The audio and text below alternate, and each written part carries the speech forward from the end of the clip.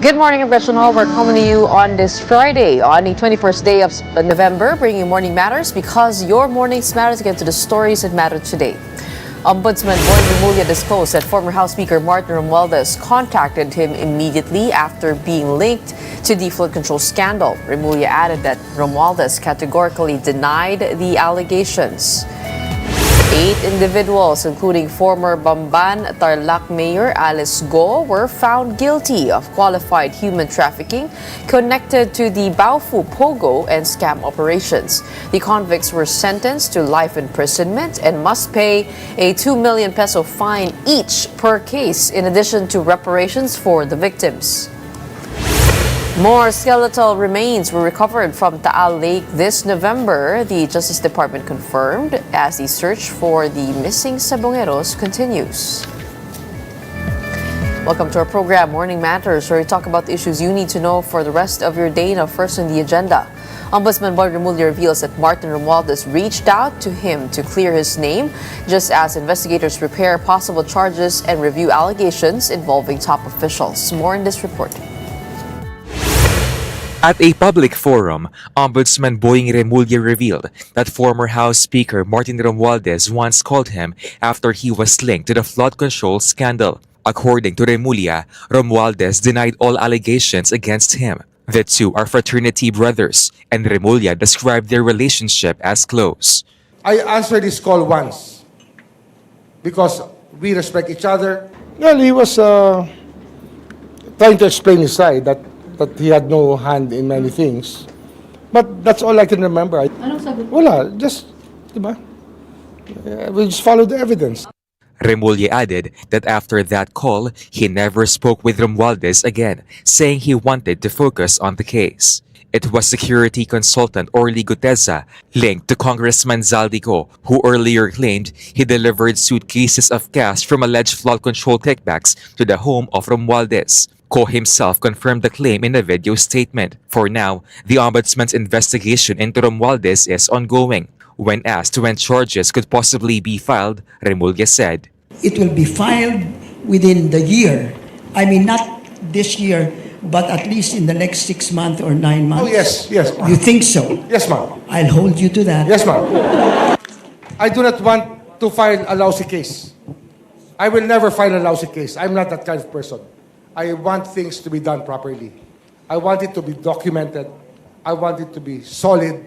Remulla also earlier said the Ombudsman will investigate the other names mentioned by Ko in the video, including President Bongbong Marcos. The evidence will take you where it will take you. But the investigation will always lead to somewhere to some people who will be culpable. And we don't know where it will lead us right now. The revelations are fresh. And we're checking on everything. Kahit sino pa po ito. Wala naman tayo magagawa kasi nandiyan na yan eh. Hindi ko naman kinuha yung opisina to para magtakip para kahit kanino. I didn't get this office for that. Just this Tuesday, the first case related to the flood control scam was filed against Ko and officials of DPWH Mimaropa and SunWest. President Bongbong Marcos said all information on flood control projects gathered by the Independent Commission for Infrastructure, or ICI, and the DPWH will be referred to the Ombudsman for proper investigation. Marcos noted that the reports included allegations against former Speaker Martin Romualdez and former Congressman Zaldico. He expressed confidence that the Ombudsman will act impartially and that the investigation will proceed wherever the evidence leads. Nais kong ipalaman sa ating mga kababayan na ang ICI at saka ang DPWH ay lahat ng nakuha nila na impormasyon ay ibibigay na sa Ombudsman para imbestigahan ng Ombudsman. Ito ay tungkol sa mga impormasyon ng dating Speaker Martin Romualdez at saka ni Zaldico. Pag nakita lahat ng ebidensya, baka mag-file ng kaso ng plunder o anti-graft o indirect bribery. Now, prior to the latest statement of the president, Zaldi Co's lawyer, attorney Rui Rondain, said his client has sufficient evidence to back his allegations in the flood control and budget insertion issues. Rondain told the big story that receipts and documents will eventually be turned over to government. He also indicated that Co may seek state witness status, claiming a lesser degree of culpability in the matter. I've seen the evidence. He has enough. I don't know if he's shown me everything, but I've said this also. Now I let my witnesses tell their story. I don't want to preempt him. Certainly, let's let him tell his story. Rondain added that they intend to contest the graft charges filed against Co and will pursue all available legal remedies. He also downplayed Ombudsman Boying Remulla's assurances on Co's protection. We'll fight it first. Labanan muna namin. Available the remedies available under the law. So, and then we'll see where we go from there. Because ang feeling talaga namin, ako personally, is talagang walang kaso. Former Banban Mayor Alice Go has been convicted of qualified human trafficking, sentenced to life in prison, and ordered to pay millions in fines. Mobile Journal artist De Santos with the report. More than a year of congressional hearings on offshore gaming operations and a manhunt that took authorities to Indonesia. Who could forget this face and name?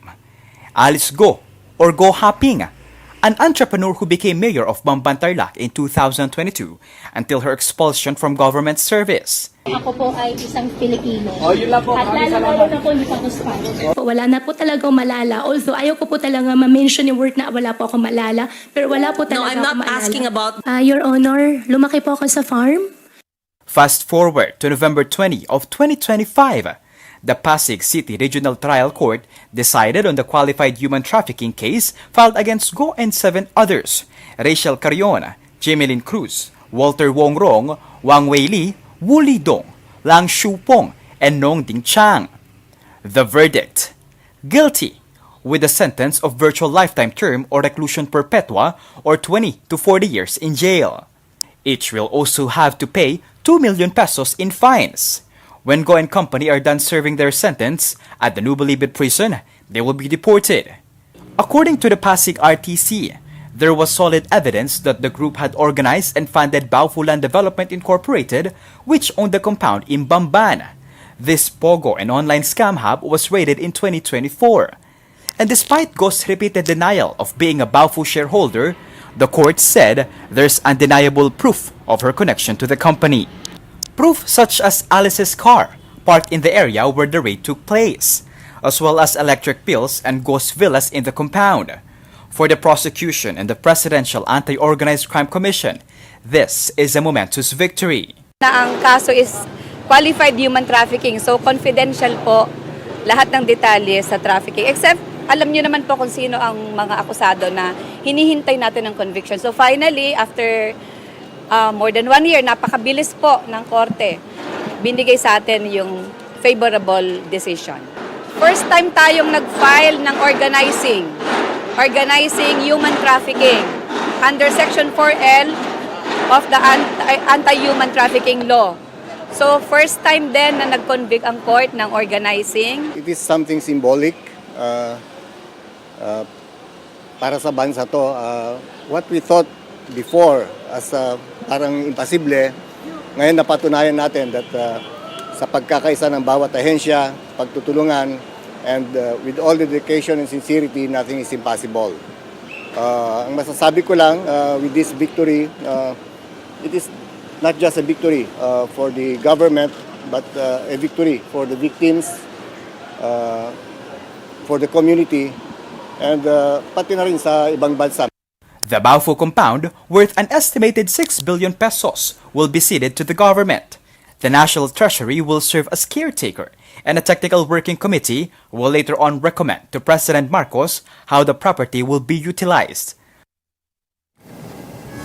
And coming right up, we'll be discussing the guilty verdict handed down to Alice Go with the Presidential Anti-Organized Crime Commission spokesperson Winston Castro. Don't go away, Morning Matters will return.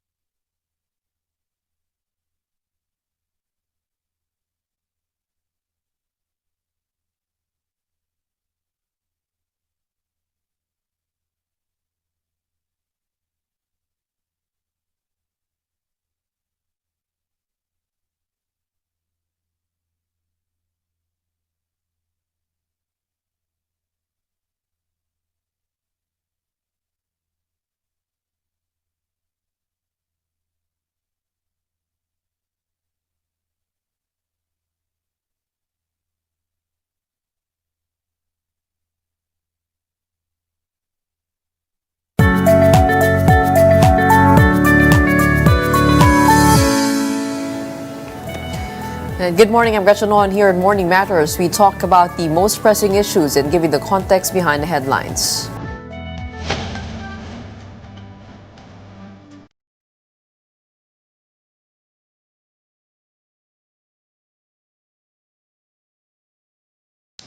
As we know, former Banban Mayor Alice Go has been sentenced to life imprisonment, and this comes after a Pasig court found her guilty of qualified human trafficking linked to an illegal pogo hub in her town.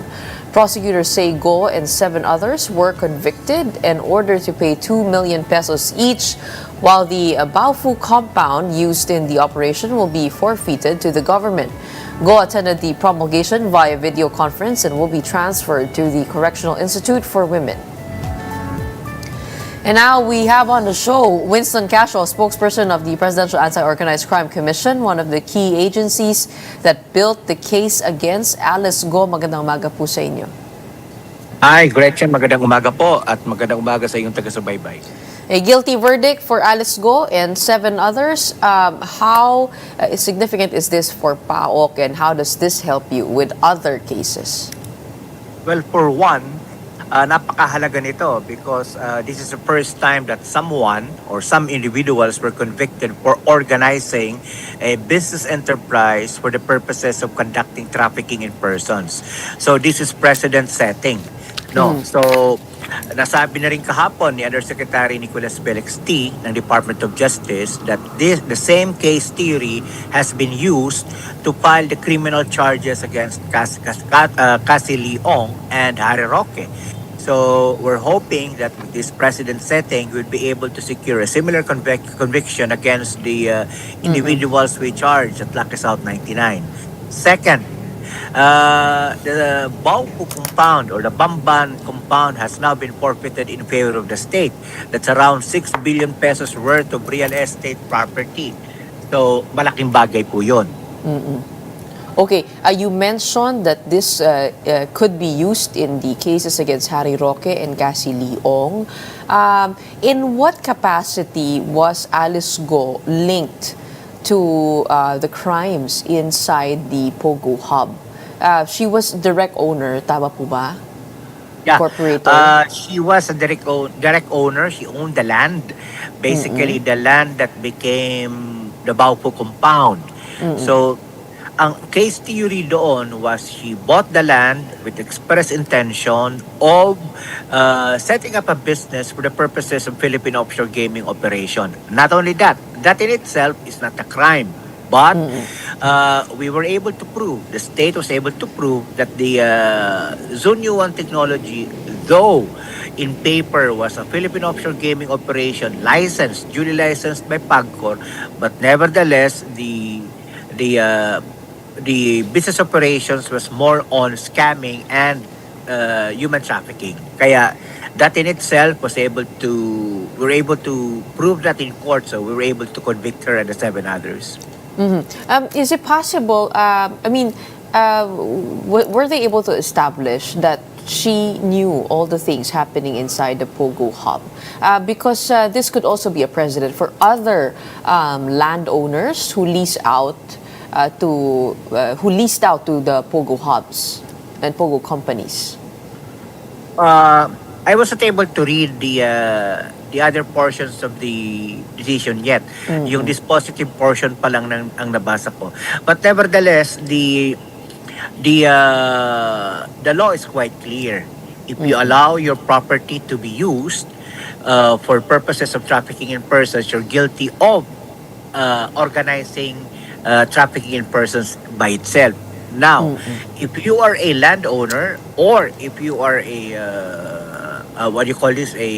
landlord, a lessor of some sort, you're duty bound to conduct due diligence for what purpose or purposes your property is being used, right?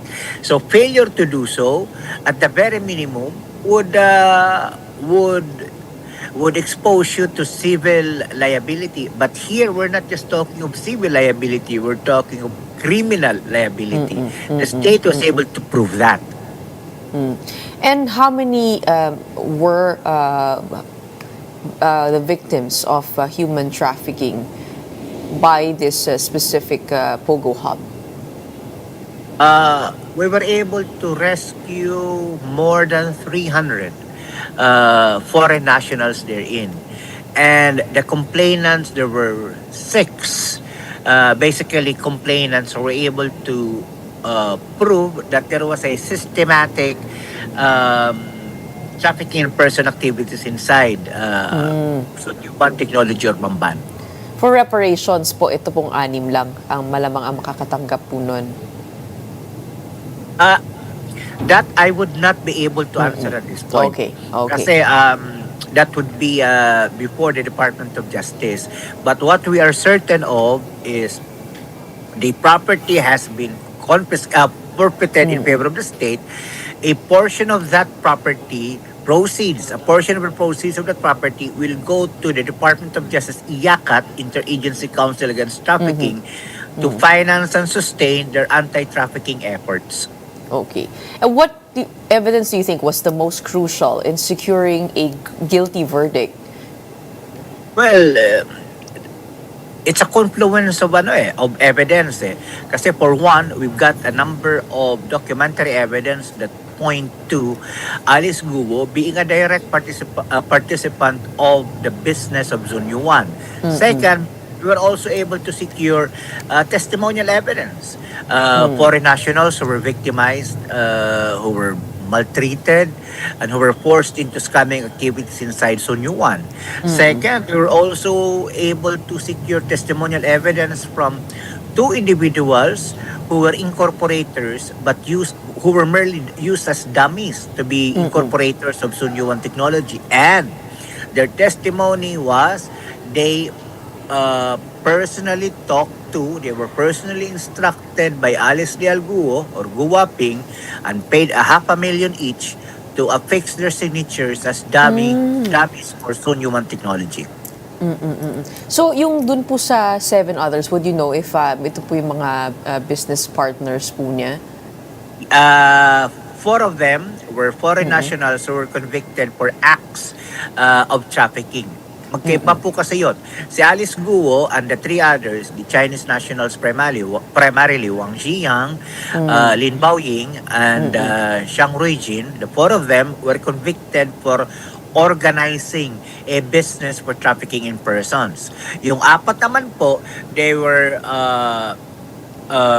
convicted for acts of trafficking. Yun na yung they induced, they forced people to conduct this and that. So, magkaiba po yun. So, ito po ay foreign nationals din ho, yung 7. No.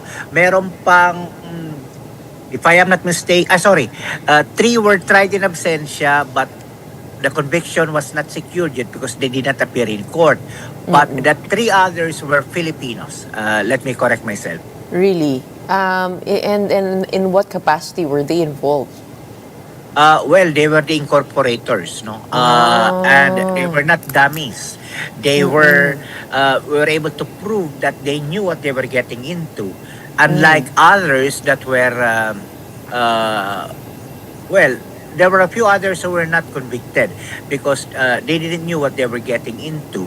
And 2 of those, by the way, 2 other Filipinos who were originally charged turned into state witnesses. Sila yung nagpatunay that they were paid 500,000 each to be able to sign the incorporation papers. And it was Alice Guo who talked to them personally and paid them 500,000 each.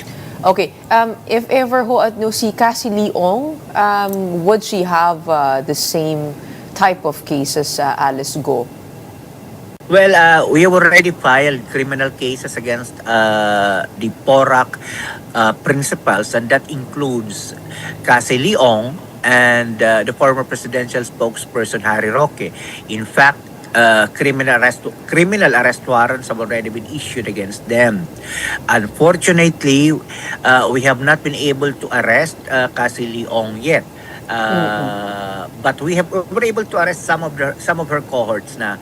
Well, you know that former presidential spokes is seeking asylum in Netherlands. So we've already applied for a red notice or an international police arrest warrant against the former presidential spokes. Unfortunately, it's still going through the process now. So we're still waiting for the red notice to be issued. Pero dun po sa involvement ni Harry Roque, dating presidential spokesperson, hindi po ba siya po ay nailista doon sa parang legal team po no, nung korporasyon sa PORAC?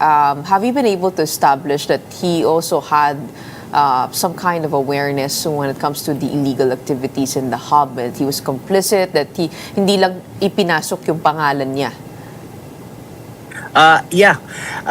Well, that is his legal defense. That is his defense that he didn't know that he was doing this and that.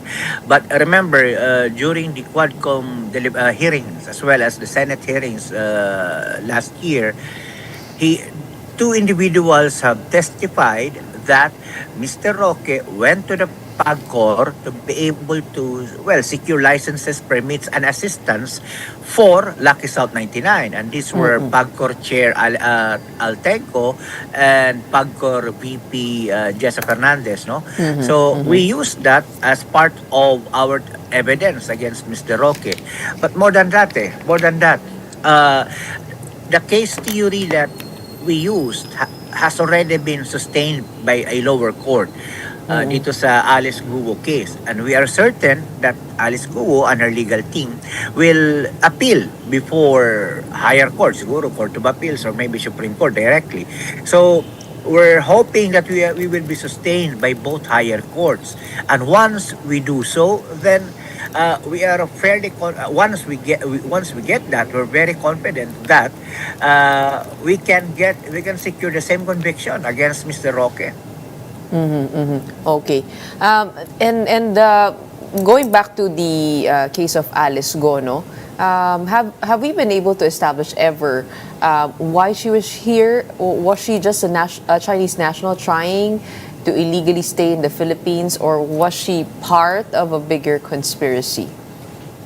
The court was able to prove already that she's not a Filipino. The court in Tarlac has already nullified via quo warranto her passport and her birth certificate. Proven na yan that she is not a Filipino national. Second, with regards to the question, were we able to prove that she is part of a criminal conspiracy? Criminal conspiracy, yes. She is part of the Fujian group. Yung Fujian group kasi nito that basically includes her father, Duan Renwo, and Jiang Jie, two individuals who are also known in the Lucky South 99 or PORAC Pogo, are basically ringleaders of the Fujian group. Now, with regards to whether she's part of a spy network and of some sort, that we have no evidence either way. PAOK remains mum on that because we have no evidence either way. Yung pong siya po ay may suspicions po that she might be a foreign intelligence asset. Yes, on that we have no evidence either way, Gretchen. So Okay. we're very mum on that. Mahirap Alright, mag-ano niyan. Okay. What will happen now to the Bamban site? Has the government expressed intentions on what this might be turned into? Initially it will have to be turned over to the Bureau of Treasury. So then I guess the Bureau of Treasury will seek the guidance of the Office of the President kung ano ang magiging gamit nito. But we have to remember that as far as the law that convicted Alice Guo, our Anti-Trafficking in Persons Law, Republic Act 9208, portion of the proceeds from the sale, auction, or whatsoever of that property must go to the Department of Justice and Interagency Council Against Trafficking to sustain their anti-trafficking activities. Okay. And of course, this is just the first of the POGO hubs that should be tried. Kamusta naman po yung paghahabol po natin doon sa iba pang mga POGO companies, and how many illegal workers remain in the country? let me answer the last question. As far as PAOK is concerned, we still have 211 in our detention, in our custody, awaiting their deportation proceedings. Medyo natatagalan because some of them are facing criminal charges as well. Some do not have their documents, so to speak, to be able to exit the country. Now, how many Pogo hubs are how many Pogo cases do we still have? A good number. Eh. In fact, with regards to Alice Guo, she's still facing 52 other criminal and civil charges. No? 52. Yes, ma'am. That Wow. includes anywhere from environmental violations, environmental violations, civil forfeiture, a good number. Now, with regards to PORAC, we've already filed a good number of cases against them, as well as civil forfeiture. The other day, we already submitted for resolution. I filed a criminal complaint against the owner of the hotel that we raided in Lapu-Lapu in October of 2024, because we're proceeding also with civil forfeiture para makuha din po namin yung hotel na yon. Also, well, I'm on the way to the Department of Justice now to file another criminal complaint against the owners and cohorts of another Pogo that we raided in August of 2023. We're filing additional August of 2023. We're filing additional criminal charges to make sure that even after that, to be able to ensure that we get the property before the end of this current administration. Nabanggit niyo ho, no, that you're looking also into Pigos na maaaring nag-transition yung iba from offshore gaming to inshore gaming. Do we have evidence of that becoming a trend? Well, nung nakaraang October, if I'm not mistaken, November of last year, we were able to raid one property in Bataan that we believe was hiding behind the veneer of being a BPO, a business process outsource company. And we're seeing indications of that trend.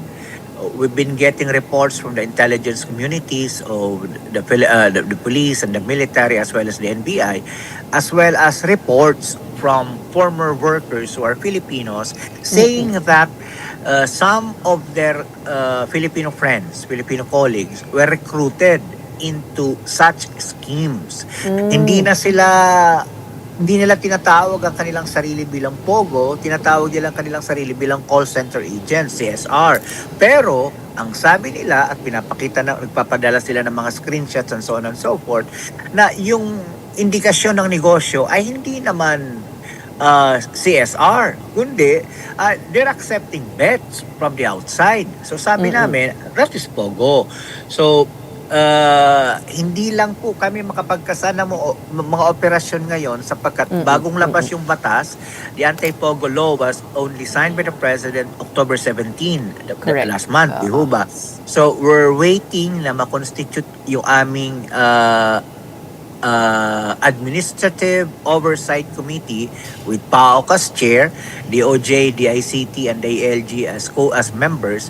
Nang sa gayon, we'd be able to come up with a new manual of operation sapagkat iba na po itong legal na battle na ito kasi this is purely scamming and purely violations of our law against Pogo.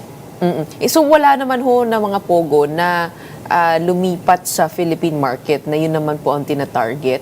Kasi yun po yung pagkakaiba niya di ba? You accept bets naman from within and that was the fear actually that they might be victimizing mga Pilipino naman. Well, there is a very fine line between offshore gaming and inland gaming. The only difference is, yun nga, tama ka, yung bettors who are offshore, mga banyaga, inland ay mga Filipino. So, we are very careful in doing case build-up in relation to this kasi legal yung inland gaming, no? Legal ito legal yung magpapataya sa mga Pilipino. Ang amin na lamang dino-double check is may kaukulang permit po ba ito galing from PAGCOR or Okay. wherever? So, Kung now it's licensed or up to the unlicensed policymakers na. to decide on what they do about it. Okay. Okay, maraming salamat po. Thank you for giving us the latest on the fight against illegal gambling. And as you mentioned, this is a win for PAOK and for our justice system and sets a precedent for other cases. Maraming salamat for your work on this. We have Winston Castro of the Philippine Anti-Organized Crime Commission. Thank you very much. And up next, presidential son Sandro Marcos and the 38 members of the Northern Luzon Alliance have expressed full support for House Speaker Boji D via a signed manifesto. All that and more when Morning Matters returns. Keep it here on One News.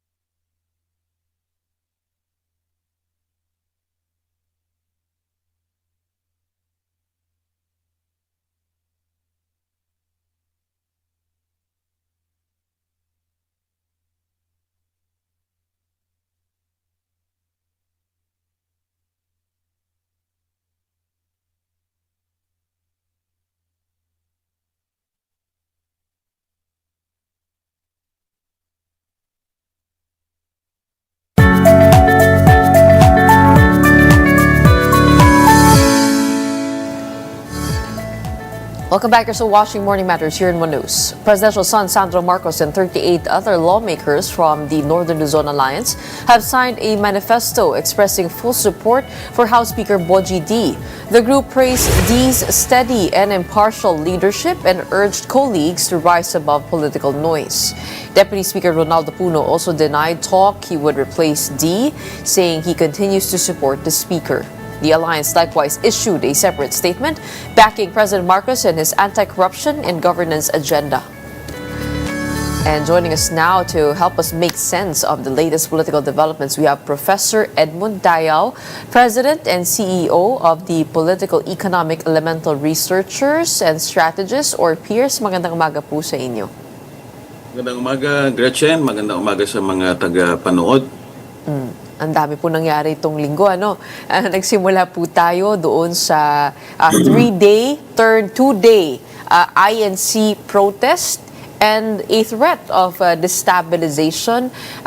Do you think there was a real threat from either the INC or elements in the military, and have those already been calmed down? That's quite a complicated question, Gretchen. I don't know where to start. No, but let me just say that, of course, any mass action, considering our past, our history, is often seen as a threat to an existing government. Again, whether we like it or not, even if the INC has categorically mentioned that their planned the 2-day rally, and even during the 2-day rally that they had, it was palpable. It was quite obvious, that they even rejected marchers, bring with them streamers or placards saying Marcos resign. Still, there are some elements within the religious organization that has been actively really calling for the resignation of the president. At hindi ito bago, Gretchen. If I may emphasize, and I've been saying this a number of times, as early as October of 2024, if I'm not mistaken. In other words, way before the midterm elections, ang dami ng ganyang mga call for resignation, ang dami ng pangungutya, at ang dami ng was this push for the AFP to withdraw support. Again, this gives you an idea really of what they want to happen, because it follows the same formula that happened in both EDSA's 1 and 2. Ang hindi lang nakikita nung mga gustong magpatalsik sa Pangulo, ibang-iba yung sitwasyon kasi ngayon, Gretchen, no? Nung nangyari yung dalawang EDSA, iisa lang ang organisasyon na armado sa atin, yung AFP, kasama ang kapulisan niyan kasi Integrated National Police pa noon no? So kapag nakuha mo ang AFP na mag-withdraw ng support, yun na yun, no? Wala ka nang iisipin pang ibang grupo na kailangan mong makuha ang suporta. Ngayon, bukod sa Philippine National Police na independent na, meron ka pang Philippine Coast Guard, no? And at the end of the day, you really need to have all these uniform services to your side, no? Not to mention, of course, that again, natuto naman na siguro tayo, Gretchen, doon sa unang dalawang EDSA, at nakita na natin kung anong nagiging epekto nito sa atin. At talagang ang lumalabas, medyo magulo lang, no? Gulo lang ang gustong mangyari nitong gusto magpatalsik sa Pangulo. At sa parte naman ng Pangulo, siguro pwede na lang nating sabihin, parang nung panahon ng dating Pangulong GMA, na maswerte siya at ang pangalawang Pangulo ay hindi katanggap-tanggap sa karamihan sa atin. Albeit, of course, ang daming mga batiko sa akin sa social media at sinasabi na bias and so on and so on. Actually, I'm really biased in favor of a sitting president. Not so much because he is a Marcos or what have you. I've a number of times I've been interviewed also during the time of Duterte, and I've been trying to explain the pivot to China and so on and so forth. But at the end of the day, we are a constitutional state.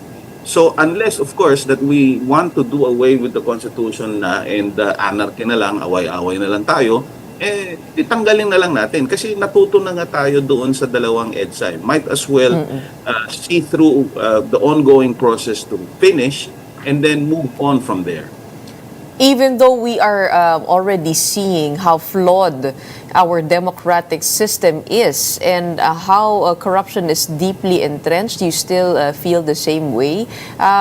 And we're dealing with the top two officials of the land, both embroiled in corruption issues. How do you think public dissatisfaction could be arrested here?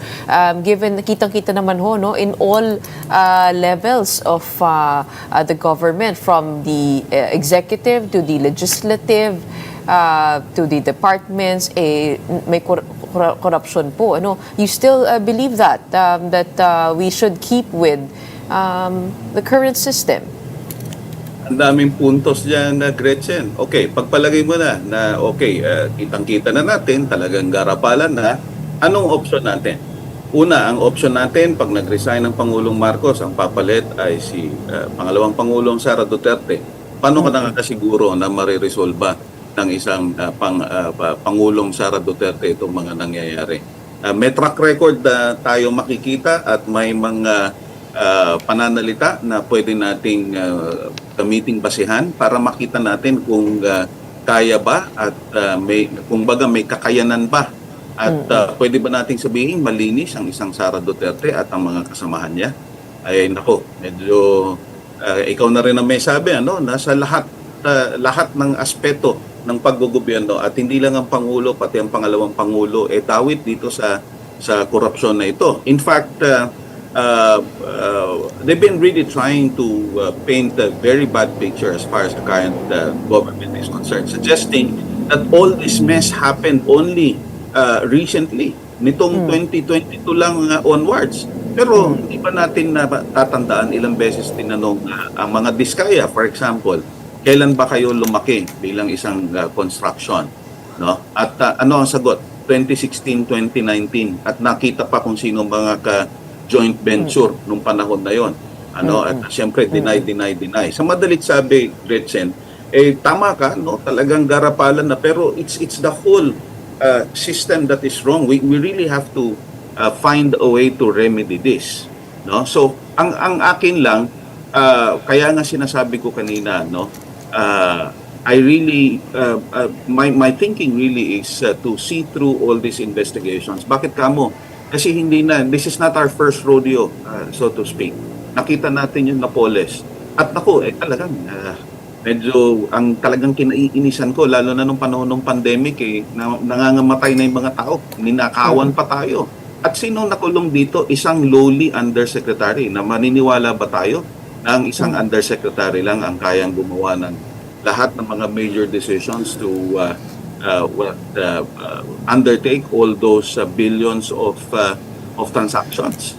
So sa madalit sabi, pagka ang resulta ng ICI, wala tayong nakitang malaking big fish, ika nga, no, that will be held accountable. And not only one big fish, Gretchen, by the way, no, we should be able to see really, no, that because this is systemic, that we should really see, no, a good number of them who are actually involved from step 1 to end of the steps, no, to be held accountable. Pag nakita natin yun, then that's when we start thinking about system reforms. What do I mean by system reforms?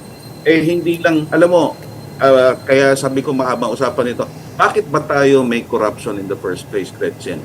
No, sa tagal ng career natin, no, at matagal na natin pinag-aaralan ito. Bukod tangi ang Pilipinas na halimbawa, ikaw ay may pangalan, sumikat ka, nagkaroon ka ng pera, bored ka na kasi paggising mo sa umaga, nagawa mo na lahat So dahil bored ka na, takbo kaya ako.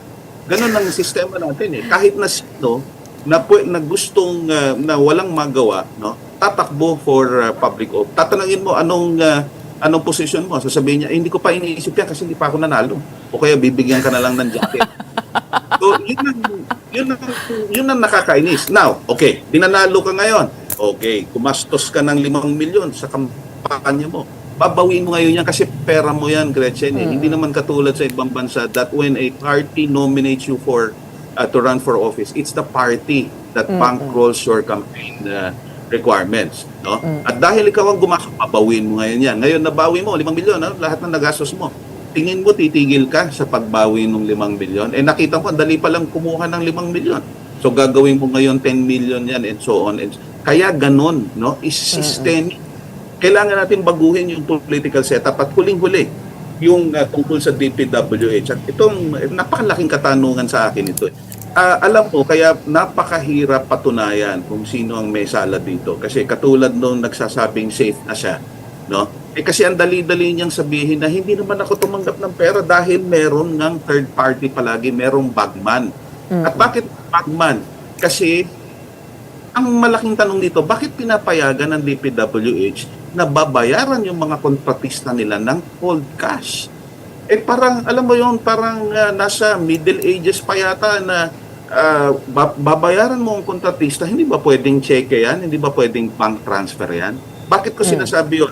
At ito'y ginagawa naman sa ibang ahensya. And I know this because I've been consulting in government for so many years already, and often I'm paid via check or it's deposited in my bank account. And with that practice, meron kang paper trail, Gretchen. Bakit bukod tangi itong DPWH, no, babayaran si kontratista, withdrawin in cold cash, ilalagay sa maleta, whether totoong maleta yan o hindi, no? At ibibigay doon sa kontratista. Hindi dapat ganon. Kaya kaya mahirap mong patunayan kasi nga madaling i-deny nung tumanggap na hindi naman ako tumanggap Dahil ang tumanggap yung nagtitinda lang ng balot diyan sa kanto. So, ibig sabihin dapat na lang, hindi na pumayag na cash ang i-disburse when it comes to infrastructure projects para po natitrace lahat. In all government transactions, Gretchen. Kaya nga, nagtatanong lang ako. Usually po kasi pagka, weird for DPWH to be allowed to do that.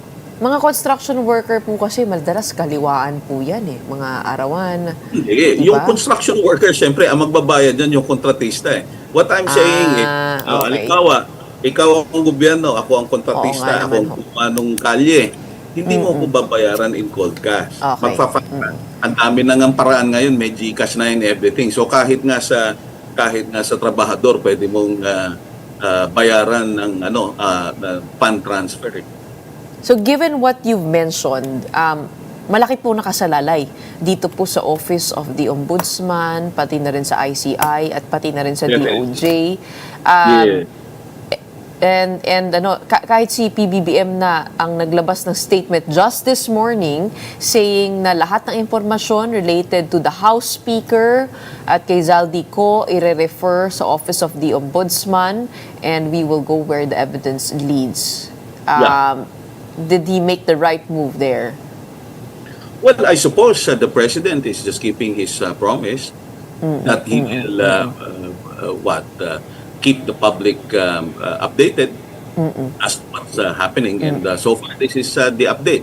And again, if I may remind the listening public, even Mayor Baguio Mayor Benji Magalong, who I suppose still enjoys public trust and confidence, even when he was resigned already as a member of ICI, he was asked kung sa tingin niya okay naman yung proceedings ng ICI at sa pagkakaintindi ko, tumutulong pa din siya in some capacity in the investigation.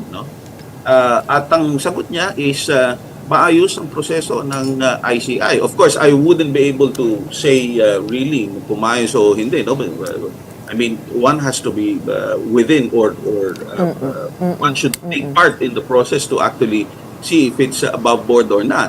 No, but the fact that a public figure like Benji Magalong saying na mukhang okay naman, I'm inclined to think that we can at the very least give them the benefit of the doubt. So titingnan natin talaga kung ano ang magiging end game nito, ano magiging resulta. And pero kayo po ba ay naniniwala na, I mean, you already mentioned kanina isang USEC in the past cases kung bakit siya lang hindi kaya alam ng mga principal niya, in the same way that people close to the president have been linked to this, the ES having been asked to leave the office, the budget secretary, we have also si Yusek Bersamin, Tragiv Olayvar, and all those names, people around the president. Could he not have known? What is your take on that? Again, going back to the kind of system that we have, if it's even a system, it's very easy really for a president pwede na sabihin na lang natin ng mas malinaw, pwede siyang madaling maisahan ang Pangulo. At sa totoo lang, yung sinasabi nila na inutil ang Pangulong Marcos kasi naiisahan siya, kung totoo man ito, sa palagay ba ninyo, hindi naisahan ang dating Pangulong Duterte at ang mga nauna pang Pangulo? Kasi nga, sa lawak, we've created a setup where the President is supposed to be all-knowing, and all capable, walang yung support system is really very limited, kaya nga masyadong dependent sa kung sinong kilala ng Pangulo para i-appoint yung mga taong kailangan niya. So kahit na hindi qualified, madalas na-appoint. Now, having said that, hindi naman imposible na involved siya. Bakit hindi? Pero kung ikaw ang Pangulo, at sa tingin ko, hindi naman tanga ang Pangulo, sa umpisa pa lang ilalagay ko na yung mga insertion. In other words, napakadaling gumawa ng kalokohan kung talagang ikaw mismo. So, hindi po kayo naniniwala dun sa assertions ni Zaldico? Maraming loophole. And in fact, I'm not the only one who's been saying this. I'm just parroting what the others have already mentioned. Unang-una, Gretchen, kung talagang ang objective ng dating Congressman Zaldico ay magsabi ng totoo, tell all, sabi niya, bakit kailangan pa ng AI? At marami nagsasabi, hindi naman totoo na AI. Hindi lang naman 2-3 nagsabi na AI yun eh. Kaya nga yung ibang eksperto, ginawan na ng iba pang video, yung same video, ang nagtitinda ng car spare parts, may hawak na alam mo yun? It really made the fool out of him. And again, assuming that it's an authentic video, Gretchen, huwag na natin pag-usapan yung mga legal technicalities na kailangan sworn in statement and so on. Tingnan na lang natin yung tinatawag niyang resibo. Ano yung resibo niya? Resibo niya, listahan Alam mo, kahit na anong budget, whether budget sa household or budget sa isang kumpanya, merong laundry list kung tawagin yan. Does it tell you that there is something wrong with there? And last but not the Wala. least, I know that we're out of time. When you say insertion, it's not something that is necessarily bad. Dinimonise ito ng mga DDS para, alam mo yun, gawing kagad na, kasi yun lang yung pwedeng patunayan doon, yung insertion. But insertion is essentially part of the legislative process, Gretchen. A draft legislation always end up significantly different when it's finally passed because from the day it is proposed, dadaan sa napakaraming proseso at maraming insertion, maraming subtraction na nangyayari because it's part of the legislative process. Sorry po bilang panghuli na po ito, just to wrap up, no. What do you think did the Amy Marcos revelation do for her and for the president? Bilang nabanggit nyo na rin na baka naisahan yung Pangulo, what did that achieve?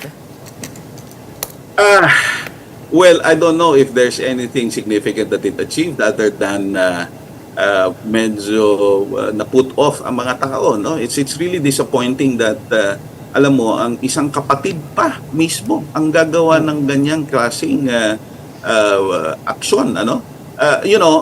I'm sure everyone will agree. Kaya nga sabi ni Senator Ping Lacson, parang hindi Pilipino yung ganitong practice. Kasi I'm sure everyone agrees, no? Kahit na gaano kasama yung kamag-anak mo, anak mo, kapatid mo, and so on, you try to solve it within your household as much as possible. No? Pangalawa, alam mo kasi, it's good that you mentioned that, no? Albeit towards the last part, talagang kulang na sa oras, mahaba ito. Ang tawag dito, ang unang-unang kritisismo nila sa Pangulo, yun na nga, gumagamit siya ng droga. Hindi nag-stick yan, kaya sila bumalik at kaya sila nagpunta sa corruption hoping that it will tie to the president and therefore lead to his demise. Kaso hindi pa din nag-work, no? Nag-fizzle out, backfire sa kanila, lumalabas sa kanila din natitrace yung provenance noon. So binalik naman nila ngayon sa drugs na naman. Pero tingnan mo, I'm sure of course you may have know of anyone who uses drugs. The way a person speaks alone will already tell you whether the guy uses or not. Pati yung health, no? Kasi yung health, talagang apektado yan, no? And last but not the least, no? Siguro, pwede nating sabihin kahit naman sinong sabi nga nila alta or mayaman or not, although again that's not an excuse. There is always a point in time where one uses drugs for socials or whatever, but I'm sure, no, and the president is quite advanced already in age. I don't think that he still uses it, no, and I don't think it impacts on the way he's been handling the presidency so far. Okay, all right. Maraming salamat for helping us make sense of the week that was. I hope I did. A lot of developments to watch out for, but ultimately, titignan po natin ang ating justice system kung gugulong po ito. Maraming salamat for your time today. We have Professor Edmund Tayao, President and CEO of Peers. Speaking of justice, the Department of Justice said 57 more skeletal remains were recovered from Taal Lake in November as authorities continue their search for the missing Sabongeros. Here's the report. The Justice Department confirms more skeletal remains have been recovered from Taal Lake this November as the search for the missing Sabongeros continues. In a press conference, DOJ spokesperson Attorney Paulo Martinez said 25 pieces of alleged human remains were recovered on November 6. Additionally, 26 more pieces were found on November 18. On November 17, 6 pieces of bones were recovered along with personal items including black pants with a belt, white underwear, and a piece of cut wheat flour cloth. On November 6, November 17, and November 18 of these past days, the CIDG Regional Field Unit of Region 4A conducted separate investigations in Taal Lake. This is following the resumption of the investigation and the diving operations, which were, if you recall, were suspended previously because of the typhoon and because of conditions of the Taal volcano in the area. The search began on July 10 after Julie Patidongan alleged that missing cockfight enthusiasts were killed and thrown into the lake. The Coast Guard has since retrieved several sacks from the lake bed, some of which contained human bones. So far, none of the DNA samples from the remains have matched the families of the missing sabongeros. And that wraps up today's episode of Morning Matters on this Friday. We hope we've given you the right start to your day and the weekend. Let's go ahead and make the rest of the day matter. My name is Gretchen Ho. Kapatid, we are One News, all sides, all the time.